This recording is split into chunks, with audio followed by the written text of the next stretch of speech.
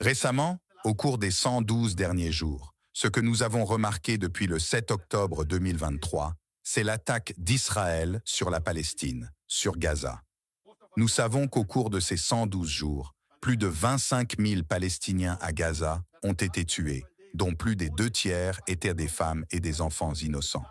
C'est la première fois dans l'histoire que nous assistons à un génocide. La CIJ a évoqué un risque plausible de génocide à Gaza, diffusé en direct sur les réseaux sociaux.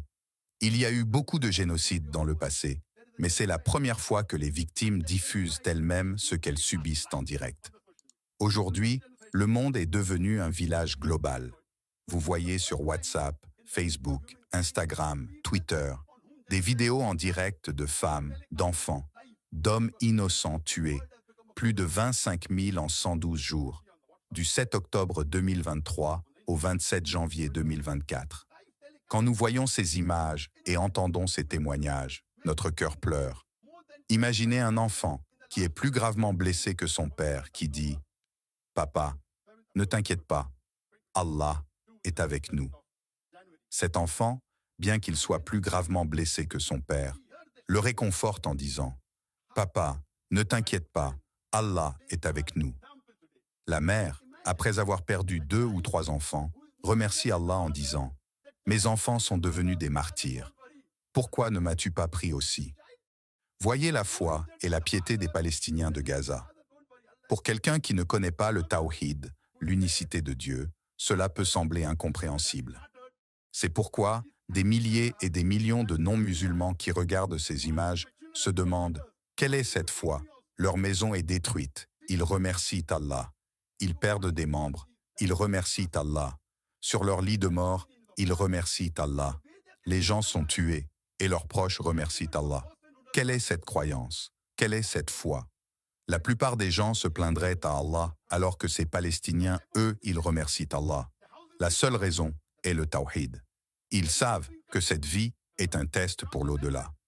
Allah dit dans le Coran, dans la sourate Al-Mulk, chapitre 67, verset 2, « C'est Allah qui a créé la mort et la vie pour tester lequel d'entre vous est le meilleur en action. Donc, quand la mort approche, ils n'ont pas peur. La seule personne qui ne peut pas avoir peur de la mort est celle qui craint Allah subhanahu wa ta'ala.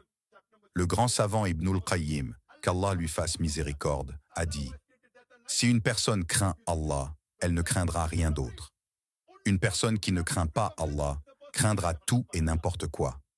Si vous ne craignez pas Allah, vous pouvez avoir peur de la pauvreté, de la vie, de la mort, de tout. Mais si vous craignez uniquement Allah, vous ne craindrez rien.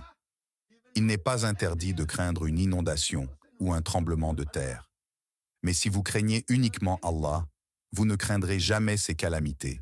Vous direz seulement « Alhamdulillah ». Un vrai croyant, s'il gagne de l'argent dans son entreprise, il dira « Alhamdulillah ». S'il subit une perte, il dira « Alhamdulillah ». Et même si c'est seulement 10% de perte ou plus. Donc, quand vous voyez ces Palestiniens, les gens de Gaza, ils remplissent notre cœur de larmes.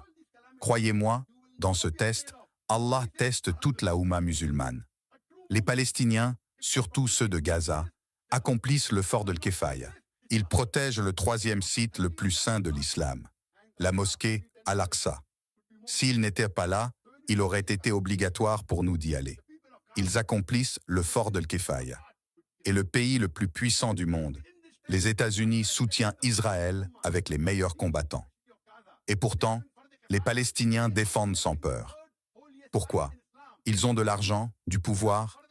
Non, ils ont Allah. C'est l'implication même du Tawhid. Un exemple vivant. Nous entendons des histoires des compagnons du prophète, un niveau très élevé, alhamdulillah, mais maintenant, Allah nous donne un exemple avec les gens de Gaza. Les musulmans de Gaza, presque tous nous montrent ce qu'est le Tawhid et ses implications. Nous vivons dans des maisons climatisées. Si la climatisation tombe en panne, nous commençons à transpirer et à nous plaindre. Leurs maisons sont détruites. 1 million de personnes ont été déplacées. Quel est le résultat? Quelqu'un m'a posé la question lors d'une conférence. S'il vous plaît, demandez à Dr Zakir. Pourquoi Allah n'aide-t-il pas les Palestiniens à gagner la guerre contre Israël? La réponse est longue, mais pour faire court. Pour Allah, les faire gagner est facile. Kun fayakun. Allah les teste. Ces Palestiniens, presque tous, réussissent brillamment. Allah nous teste.